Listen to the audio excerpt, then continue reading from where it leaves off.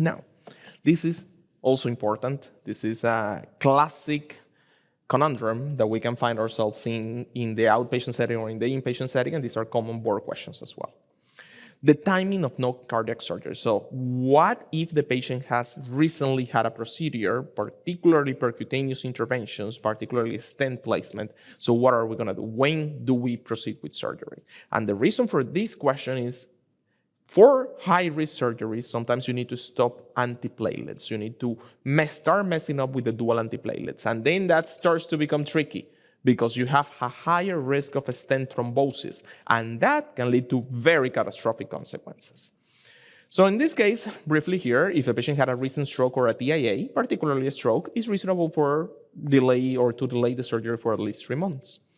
If we are here, if the patient got a balloon angioplasty, that's not that much of a big deal. You can wait 14 days, but a lot of our patients are going to end up getting stents. And if you need to discontinue, as I said, one of the antiplatelets, the suggested time goes depending on what the indication was for that stent. If the patient got a drug-eluting stent, like most stents that we place now, and if it was an acute coronary syndrome, it's recommended to wait at least a year for deferring an elective surgery.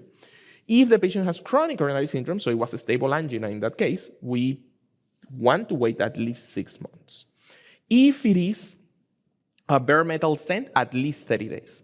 But this is an interesting recommendation. This is a class C recommendation, actually. So try not to do non-cardiac surgery in the first 30 days. It can be potentially harmful. It can create more damage than any benefit that you may have.